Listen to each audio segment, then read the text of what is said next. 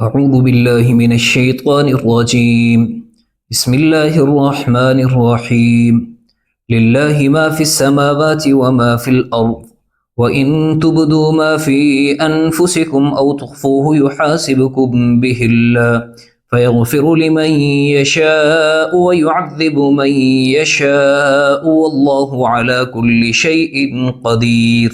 آمن الرسول بما أنزل إليه من ربه والمؤمنون كل آمن بالله وملائكته وكتبه ورسله لا نفرق بين أحد من رسله وقالوا سمعنا وأطعنا غفرانك ربنا وإليك المصير. لا يكلف الله نفسا إلا وسعها لها ما كسبت وعليها ما اكتسبت.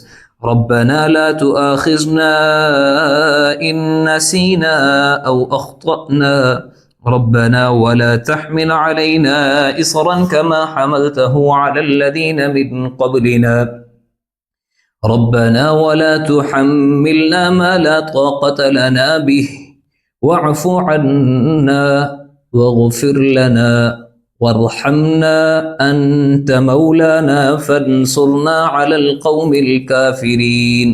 صدق الله العظيم.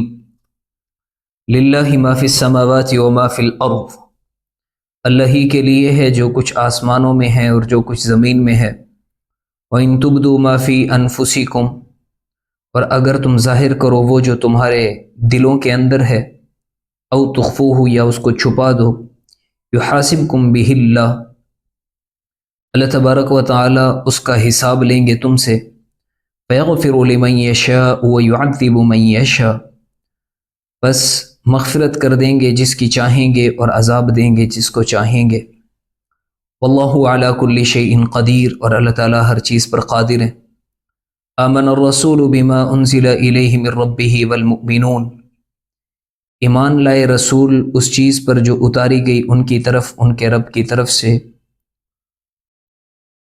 اور ایمان والے بھی اور مومنین بھی ایمان لائے. کل آمن باللہ وملائکتہ وکتبہ ورسلہ، تمام نے کہا کہ ہم ایمان لائے اللہ تبارک و تعالی پر اور اس کے فرشتوں پر اور اس کی کتابوں پر اور اس کے رسولوں پر. لا نفرق بین احد من رسلہ، ہم تفریق نہیں کرتے اس کے رسولوں میں سے کسی ایک کے درمیان. وقالوا سمعنا واطعنا، اور انہوں نے کہا کہ ہم نے سن لیا اور ہم نے فرما برداری کی. غفرانک، اے ہمارے رب ہمارے گناہوں کو معاف فرما. وإلیک المصیر، اور آپ ہی کی طرف ہم نے لوٹنا ہے. لا یکلف اللہ نفسا الا وسعها، نہیں تکلیف دیتے اللہ تبارک و تعالی کسی نفس کو مگر اس کی وسعت، اس کی طاقت کے مطابق. لہا ما کسبت وعلیہا ما اکتسبت، اس کے لیے وہی کچھ ہے جو کچھ اس نے کمایا اور اسی پر وبال ہے اس کا جو اس نے کمایا. ربنا لا تؤاخذنا ان نسینا او اخطأنا، اے ہمارے رب ہمارا مؤاخذہ نہ فرمائیے گا اگر ہم بھول جائیں یا ہم سے خطا ہو جائے.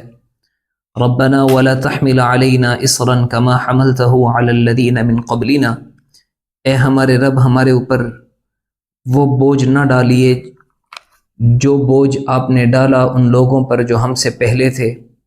ربنا ولا تحملنا ما لا طاقة لنا به، اے ہمارے رب اور ہمارے اوپر ایسا بوجھ بھی نہ ڈالیے جس کی ہم طاقت نہ رکھتے ہوں. واعف عنا، ہم سے درگزر کر دیجئے. واغفر لنا، اور ہمیں معاف کر دیجئے. وارحمنا، اور ہمارے اوپر رحم فرمائیے. انت مولانا، آپ ہی ہمارے مولا ہیں، مددگار ہیں. فانصرنا علی القوم الکافرین، بس ہماری مدد کیجئے کافر قوم کے خلاف. اللہ تبارک و تعالی نے سابقہ آیات کے اندر، رکوعات کے اندر چند فقہی مسائل کو بیان فرمایا، خرید و فروخت معاملات کو بیان فرمایا. اس سے پہلے اللہ تبارک و تعالی نے اپنی عظمتوں کو بیان فرمایا تھا. اب آیت کے آخر میں اللہ تبارک و تعالی نے اپنی عظمت کو، اپنی بزرگی کو اور اپنی وحدانیت کو بیان فرمایا. ارشاد فرمایا کہ اللہ ہی کے لیے ہے جو کچھ آسمانوں میں ہے اور جو کچھ زمین میں ہے. اللہ تبارک و تعالیٰ کے علاوہ ان میں کوئی تصریف نہیں کر سکتا، کوئی انسان ان میں تبدیلیاں نہیں کر سکتا، کوئی انسان ان چیزوں کا مالک نہیں ہے، صرف اکیلے اللہ تبارک و تعالیٰ ان تمام چیزوں کے مالک ہیں۔ ارشاد فرمایا کہ جو کچھ تمہارے نفسوں میں ہے، جو تمہیں خیال آتے ہیں، جو وسوسے آتے ہیں، تم ان کو ظاہر کرو یا نہ کرو، اللہ تبارک و تعالیٰ ان کو جانتے ہیں، اور یحاسبکم بہ اللہ، کل قیامت کے دن تمہیں ان کا حساب بھی دینا پڑے گا۔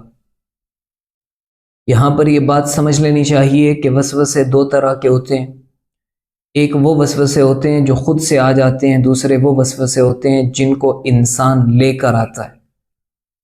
اب آگے اس کی تفصیل ہے کہ اگر دل میں وسوسہ آ جائے گناہ کرنے کا، اور آدمی بس اس وسوسے سے اس خیال تک رہے، گناہ کرنے کا کوئی ارادہ نہ کرے، اس کے اوپر کوئی پکڑ نہیں ہے، اس کے اوپر کوئی مواخذہ نہیں ہے۔ اور اگر وسوسہ آئے، مثال کے طور پر کسی کے دل میں وسوسہ آئے کہ میں چوری کرتا ہوں، خیال آ گیا، لیکن اس کے اوپر عمل کرنے کا ارادہ اس نے نہیں کیا، اس خیال کو، اس وسوسے کو فوراً اس نے جھٹک دیا، اس پہ کوئی مواخذہ نہیں، کوئی پکڑ نہیں۔ اگر وسوسہ آیا کہ میں چوری کرتا ہوں، اب یہ پروگرام بنانے لگ گیا، پلاننگ کرنے لگ گیا کہ میں ایسے جاؤں گا، اس طرح کروں گا، ایسے کروں گا، ایسے کروں گا، اس طرح سے میں وہ چیز چرا لوں گا، اس نے پلاننگ کر لی، پکا ارادہ کر لیا، تو اب اس کے اوپر مواخذہ ہو سکتا ہے چیز۔ باقی صحابہ کرام رضی اللہ تعالیٰ عنہ مجمعین رسول اللہ صلی اللہ علیہ وسلم کی خدمت میں حاضر ہوئے، اور انہوں نے آ کر عرض کی کہ یا رسول اللہ صلی اللہ علیہ وسلم، ہمیں وسوسوں کے بارے میں بتائیے کہ بعض مرتبہ ایسے وسوسے ہمیں آ جاتے ہیں کہ ہم ان وسوسوں کو زبان پر لانے سے زیادہ ترجیح اس بات کو دیتے ہیں کہ یہ وسوسے ہماری زبان پر آئیں تو اس سے بہتر ہے کہ ہم جل کر کوئلہ ہو جائیں، جل کر راکھ ہو جائیں۔ مثال کے طور پر صحابہ نے عرض کیا رسول اللہ، ہمیں ایسے وسوسے آتے ہیں کہ من خلق اللہ، کہ اللہ تبارک و تعالیٰ کو کس نے پیدا کیا ہوگا، اللہ کا خالق کون ہوگا، اب اس طرح کے برے وساوس آتے ہیں۔ تو رسول اللہ صلی اللہ علیہ وآلہ وسلم نے ارشاد فرمایا کہ یہ تو تمہارے ایمان کی مضبوطی ہے۔ آپ حیران ہو گئے کہ یا رسول اللہ صلی اللہ علیہ وسلم ایسے برے وساوس آتے ہیں اور آپ فرماتے ہیں کہ ایمان کی مضبوطی ہے، بات واضح نہیں ہوئی؟ تو حضور نے فرمایا کہ وسوسے کا دل میں آ جانا، خود سے آ جانا، یہ تمہارے اختیار میں نہیں ہے، بس وہ آگے۔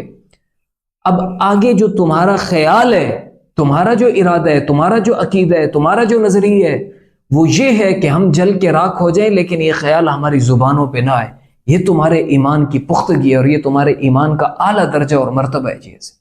تو خیالات اگر خود سے آ جائیں تو ان کے اوپر کوئی پابندی نہیں، کوئی مواخذہ نہیں، کوئی پکڑ نہیں۔ جی آگے ارشاد فرمائے کہ کل قیامت کے دن اللہ تعالیٰ جس کو چاہیں گے ان کے اوپر سزا دیں گے، جن کو چاہیں گے معاف فرما دیں گے۔ اللہ تعالیٰ ہر چیز پر قادر ہے۔ آمن الرسول بما انزل الیہ من ربہ والمؤمنون، یہ سورہ بقرہ کی آخری دو آیتیں ہیں۔ باقی پورے کا پورا جتنا بھی قرآن ہے یہ رسول اللہ صلی اللہ علیہ وآلہ وسلم پر نازل ہوا، اللہ تبارک و تعالیٰ نے بھیجا، لیکن بذریعہ جبرائیل آیا۔ پورے قرآن میں اللہ اور حضور کے درمیان واسطہ جبرائیل رہے، جبرائیل کے واسطے سے قرآن آتا رہا۔ یہ جو بقرہ کی آخری دو آیتیں ہیں یہ بہت زیادہ فضیلت والی، بہت زیادہ عظمت والی آیتیں ہیں جی، ایسے اس لیے کہ یہ آیتیں براہ راست اللہ تبارک و تعالیٰ نے رسول اللہ صلی اللہ علیہ وآلہ وسلم کو ہدیے کے طور پر دیے، گفٹ کے طور پر دیے۔ جب رسول اللہ صلی اللہ علیہ وسلم معراج کی رات میں پہنچے تو اللہ تبارک و تعالیٰ نے 3 تحفے دیے۔ پہلا تحفہ اللہ تعالیٰ نے نماز کا دیا، پہلے 50 تھی، پھر وہ کم ہوتے ہوتے ہوتے 5 ہو گئی۔ دوسرا تحفہ اللہ تبارک و تعالیٰ نے رسول اللہ صلی اللہ علیہ وآلہ وسلم کو ان 2 بقرہ کی، سورہ بقرہ کی آخری 2 آیتوں کا دیا۔ اور جو تیسرا تحفہ دیا تھا وہ یہ دیا کہ آپ کی امت میں سے جو آدمی بھی موحد ہو کر مرا، یعنی اس نے اپنی زندگی میں شرک نہیں کیا ہو، وہ لا الہ الا اللہ محمد الرسول اللہ پر قائم رہا ہو اور وہ اس حال میں مرا ہو، تو میں اس کو ضرور جنت میں داخل کروں گا۔ تو یہ وہ 2 آیتیں جو براہ راست بلا واسطہ جبرائیل اللہ تبارک و تعالیٰ نے رسول اللہ صلی اللہ علیہ وآلہ وسلم کو عطا فرمائی، اور ان کی بڑی فضیلت احادیث میں آئی ہے۔ رسول اللہ صلی اللہ علیہ وآلہ وسلم نے ارشاد فرمایا کہ جو آدمی رات کو سوتے ہوئے بقرہ کی آخری 2 آیتیں پڑھ لے اس کو اللہ تبارک و تعالیٰ کافی ہو جاتے ہیں۔ اور مستدرک حاکم میں حضرت عبداللہ بن عباس رضی اللہ تعالیٰ عنہما سے روایت ہے، وہ فرماتے ہیں کہ رسول اللہ صلی اللہ علیہ وآلہ وسلم نے فرمایا کہ یہ جو 2 آخری بقرہ کی آیتیں ہیں یہ اللہ تبارک و تعالیٰ کے خزانوں میں سے ایک بڑا خزانہ ہے جو اللہ تبارک و تعالیٰ کے عرش کے نیچے سے مجھے عطا ہوئی۔ اور ارشاد فرمایا کہ جو آدمی عشاء کے بعد ان 2 آیتوں کو پڑھ لے اللہ تبارک و تعالیٰ اس کو قیام اللیل کا اجر عطا فرماتے ہیں، گویا کہ وہ انسان ساری رات عبادت میں لگا رہا اور تہجد کے نوافل ادا کرتا رہا۔ ایک آدمی ساری رات کھڑا ہو کے تہجد کے نوافل پڑھتا رہے، دوسرا آدمی یہ 2 آیتیں پڑھ لے، یہ دونوں اجر میں برابر ہو جائیں گے جی ایسے۔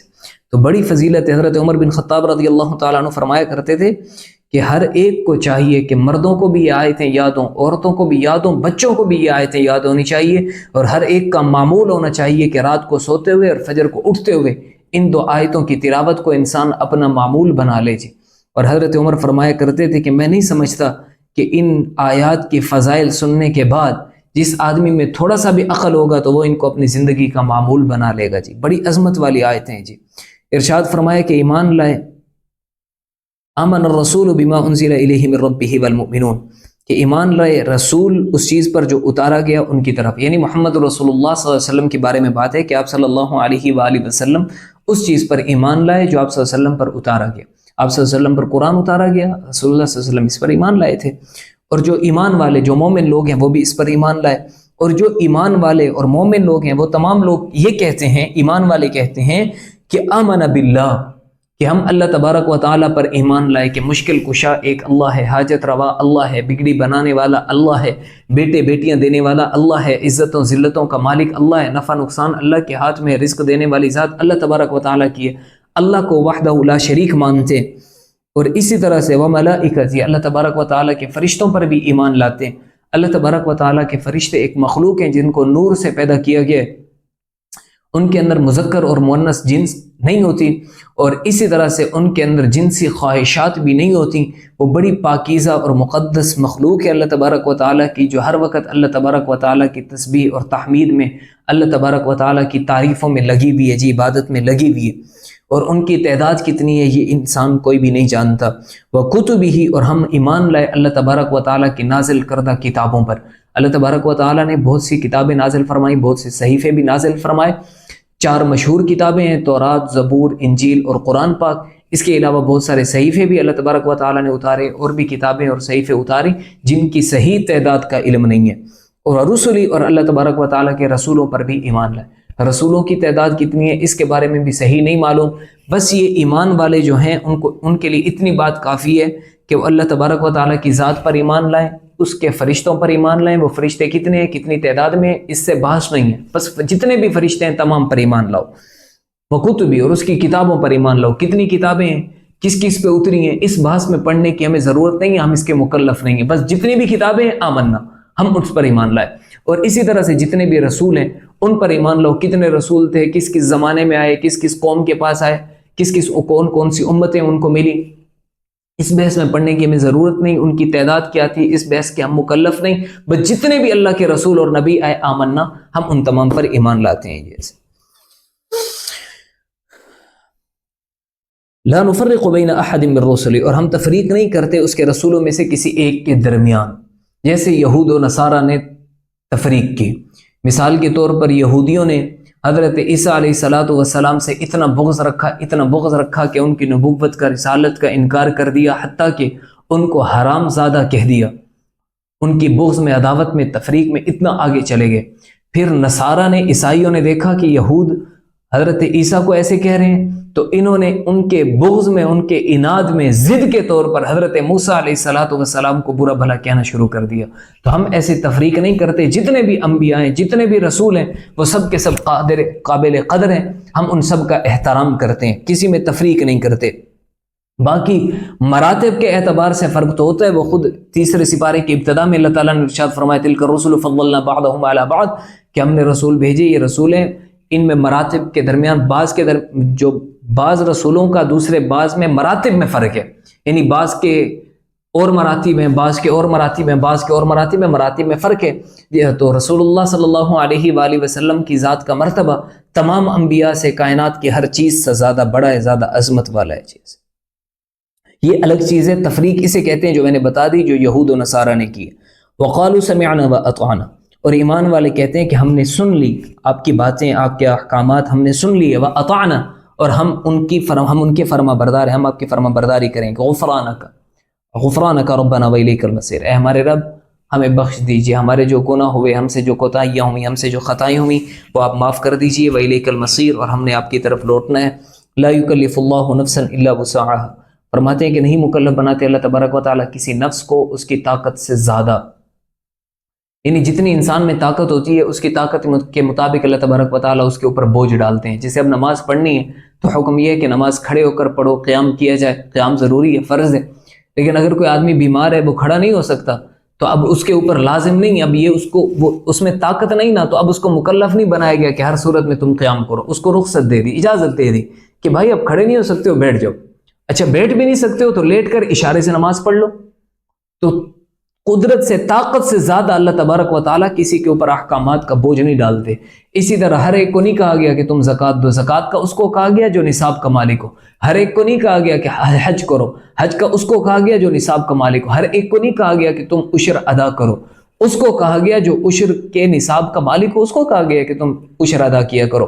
اسی طرح سے روزے رکھنے کا ہر ایک کو نہیں کہا کہ چھوٹا بچہ ہے، 6-7 سال عمر ہے، 8 سال عمر ہے، تو اس کو بھی کہو کہ روزہ نہ، جب وہ بالغ ہو جائے، اس میں عقل و شعور ہو، پھر اس کو چاہیے کہ وہ روزہ رکھے۔ تو اللہ تبارک و تعالیٰ نے انسان کی طبیعتوں کو دیکھ کر اس کے مطابق احکامات نازل فرمائے۔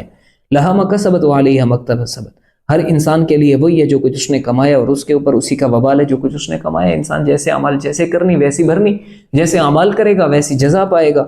ربنا لا تؤاخذنا ان نسینا او اخطأنا، وہ ایمان والے کہتے ہیں کہ اے ہمارے رب آپ ہمارا مؤاخذہ نہ کیجئے اگر ہم بھول جائیں یا ہم سے کوئی خطا ہو جائے۔ نسیان بھول جانا، بھول جائیں یا خطا ہو جائے، بھول جائیں یا خطا ہو جائے، یہ دو الگ لفظ ہیں اور ان دونوں کا معنی بھی الگ الگ ہے۔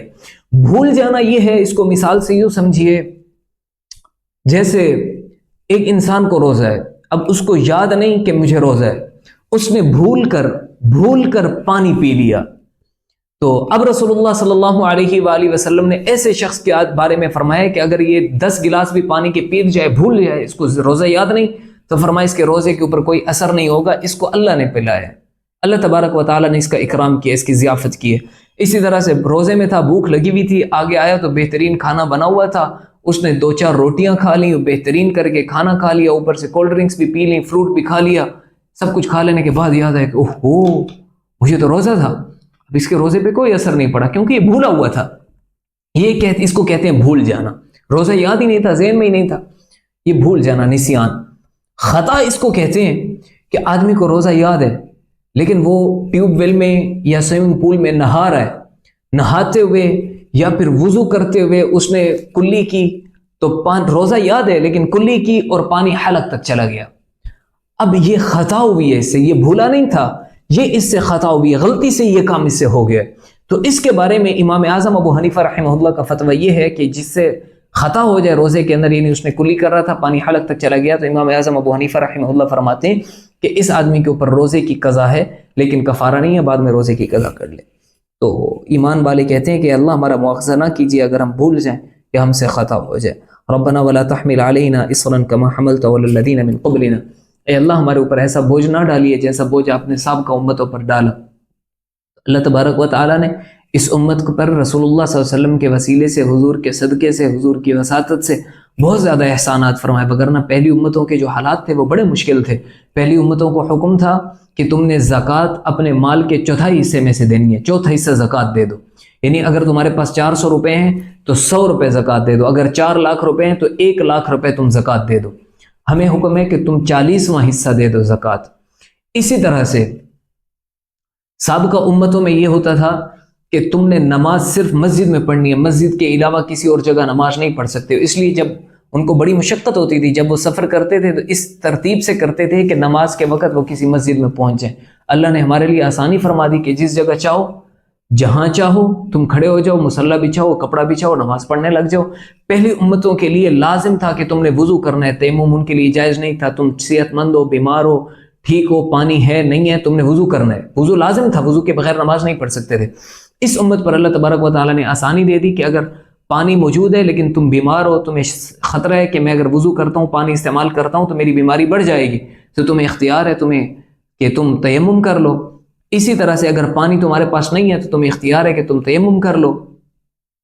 اور اسی طرح سے سابقہ امتوں کے کپڑوں کے اوپر اگر گندگی لگ جاتی تھی، مثال کے طور پر بچے کو اٹھایا، بچے نے پیشاب کر لیا، تو اب ان کا کپڑا دھونے سے پاک نہیں ہوتا تھا، ان کو حکم تھا کہ اس کپڑے کو کاٹ دو۔ اسی طرح کپڑے کے اوپر اگر خون لگ جائے تو دھونے سے کپڑا پاک نہیں ہوتا تھا، اس کو کاٹنا پڑتا تھا۔ ہمیں کہا گیا کہ اگر کپڑے کے اوپر گندگی لگ جائے، خون لگ جائے، پیشاب لگ جائے، پخانہ لگ جائے، کچھ بھی لگ جائے، کوئی بھی نجاست لگ جائے، اس کو دھو دینے سے وہ پاک ہو جائے گا۔ اسی طرح سے سابقہ امتیں جب گناہ کرتی تھیں تو ان کے دروازے کے اوپر لکھا جاتا تھا کہ فلاں نے فلاں فلاں گناہ کیے، اور یہ امت گناہ کرتی ہے، لیکن اللہ تبارک و تعالیٰ عیبوں پہ پردے ڈال دیتے ہیں۔ تو اس امت پر اللہ تبارک و تعالیٰ کے بہت زیادہ احسانات ہیں، سابقہ امتوں والا معاملہ نہیں ہے۔ ربنا ولا تحملنا ما لا طاقت لنا به، اے اللہ ہمارے اوپر ایسے احکامات مسلط نہ کیجیے، ایسے احکامات نازل نہ فرمائیے جن کی ہم طاقت نہ رکھتے ہوں۔ تو اللہ تبارک و تعالیٰ نے کوئی حکم بھی ہماری طاقت سے زیادہ نہیں دیا۔ واعف عنا، اے اللہ ہم سے درگزر کر دیجئے، مطلب کہ اے اللہ ہمارے کبیرہ گناہوں کو معاف فرما دیجئے۔ واغفر لنا، اور ہمیں بخش دیجئے، یعنی ہمارے صغیرہ گناہ بھی معاف کر دیجئے۔ وارحمنا، اور اے اللہ ہمارے گناہ معاف کرنے کے بعد ہمارے اوپر رحمت فرمائیے، ہمارے اوپر رحم کا معاملہ کیجئے۔ انت مولانا، آپ ہمارے مددگار ہیں۔ فانصرنا علی القوم الکافرین، اور آپ ہماری مدد کریں کافر قوم کے خلاف۔ دعا ہے اللہ تبارک و تعالی ہم سب کو عمل کی سمجھ کی توفیق عطا فرمائے۔